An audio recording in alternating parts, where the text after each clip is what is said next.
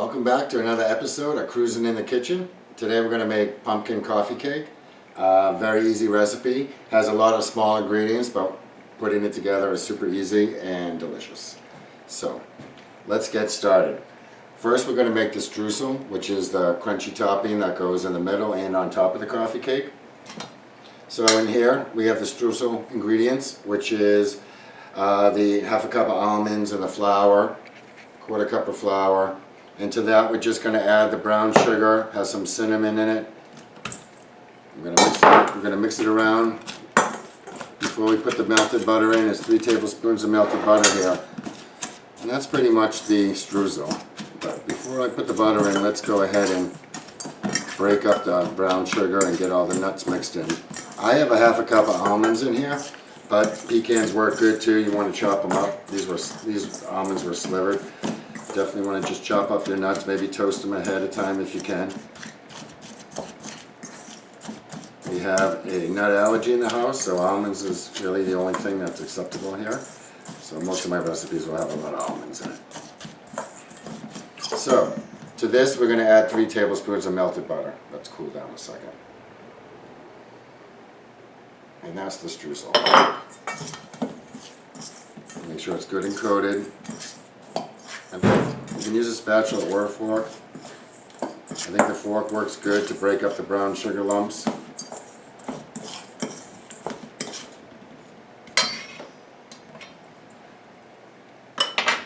Let's get it all coated with the spatula. Finish it off with that. Make sure it's all evenly distributed. And that's your streusel mixture, and we're going to set that aside. We're going to use half in the middle, half on top. Something like that. So, to get the cake going, we have all the ingredients here, the mise en place. I highly recommend doing this before you start your recipe. This is a good example of a recipe that it's even more important to because there's so many ingredients.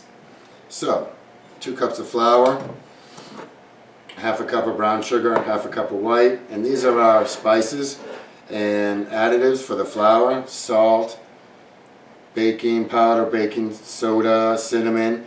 This is nutmeg and ginger. You can use dry ginger if you don't have fresh ginger. I use the microplane for that, for both of these. And I use whole ginger and I use whole nutmegs. I think that's a nice little touch to any recipe because you want your spices to be as fresh as possible. So the freshest way to do it is to grate your own spices, and you'll get a little bit more of a pungent odor. So, to put the cake together, we're going to mix the wet and the dry together. So, the wet is the 2 eggs, a cup of pumpkin puree, which comes right out of the can. Get it all in there.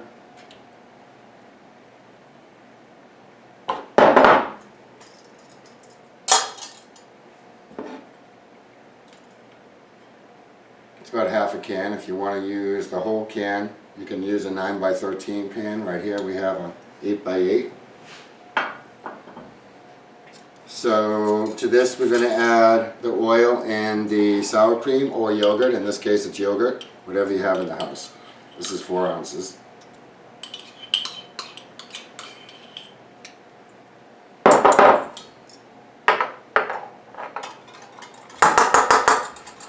Just want to get it all out.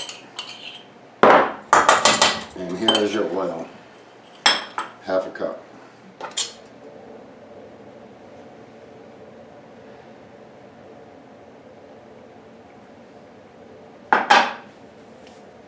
And just get this into one mixture without trying to make a mess.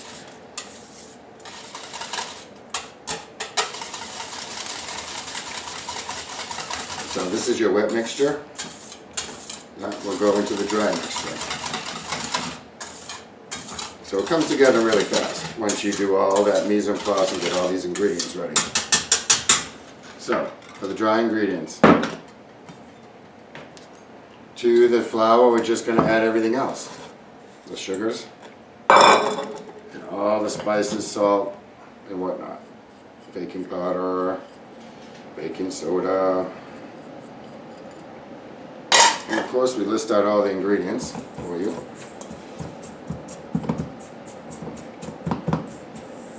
So, all the dry ingredients. You can do this in the mixer or you can do it by hand. I think it's a good exercise to try it by hand before, especially for the smaller amount. That way you get a feel for how this batter is supposed to look and everything. But a mix is fine. So all my sugar's mixed. It's all more or less one homogeneous flour mixture. You can even smell all the spices. It's good. So, right into the dry.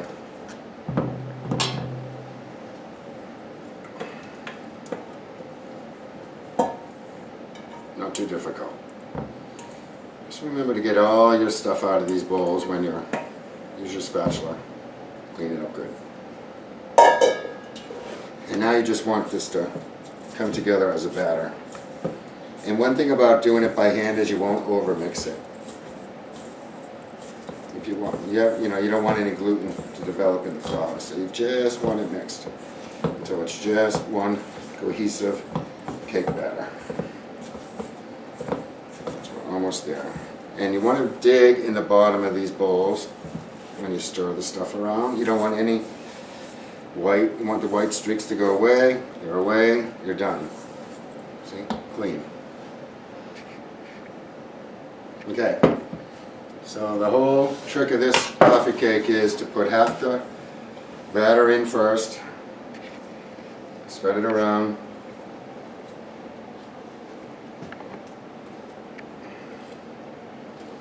and you can eyeball it pretty easily, and you want to spread it evenly in this pan. You can use a spreader if you want. I think I will. Okay, came back with the spreader, make my life a little easier. And the oven's on 350. You can double the recipe and make this in a 9 by 13.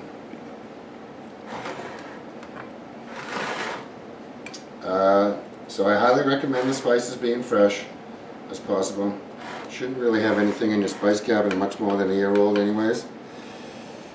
So that will help this recipe. So half the mixture, crumble it all around. You can eyeball it. Don't stress out. Make your life easier. Just try to get all the corners, blah blah blah, smash it in the middle. Good enough. Good enough. Because we're not here to have any stress. And we want to put the top layer on.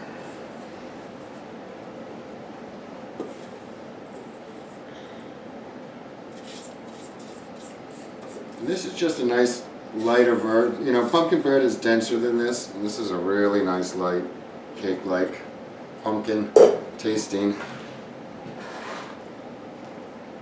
Pumpkin is healthy as well.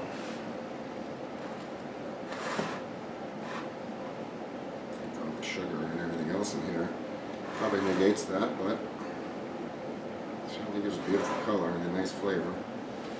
So that's all you're doing. You just want to cover your previous layer. Spatula helps a lot. Okay. And now you do the rest with the top. Crumple it up. Try to get it all over. You don't want anything too big like that. Try to break that up a little bit. Remember, fun, no stress. Sprinkle it around, make sure it's even. Boom. Pumpkin coffee cake. And we'll take a picture when it comes out of the oven. And when it cools down, we're going to make a very simple icing. Half a cup of powdered sugar and a couple tablespoons of maple syrup. We'll stir it around. And I'll drizzle that on top. You'll see that in the picture. But you can serve it with or without a topping. You could sprinkle powdered sugar on this, whatever you like. But basically that's it. It's going in the oven until it's done.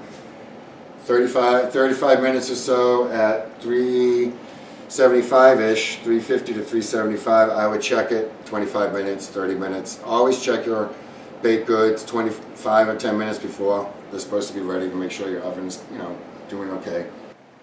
Okay, I set the timer for 30 minutes and I went to check it and it wasn't quite ready yet, and I put it back in for 4 more minutes. So here's your finished product. Still warm, so let me put my glove on. And that's what you want. You want it to be dry in the middle to touch. I tested it with a wooden skewer. And it came out dry. Did not come out dry originally, but after the extra 4 minutes it's dry.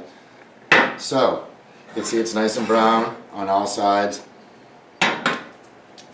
You have to let that cool for at least an hour and a half, 2 hours. You want it to be almost 100% room temperature, and then we're going to put that icing on top. Half a cup of powdered sugar and the maple syrup. And we'll put that, that ingredients will be listed on the recipe. But basically, some people would just let it cool and cut it up and eat it like that, throw a little dusted powdered sugar on. We're going to ice it with a little maple icing. It's a very nice way to look at it. You'll see the picture, you see the icing coming down the sides, and it's really good. The icing just will melt and sit in a puddle. Well, it's still hot. So we're going to wait until this is 100% cool, and we'll throw the icing on and we'll have some more pictures. Don't forget to like and subscribe.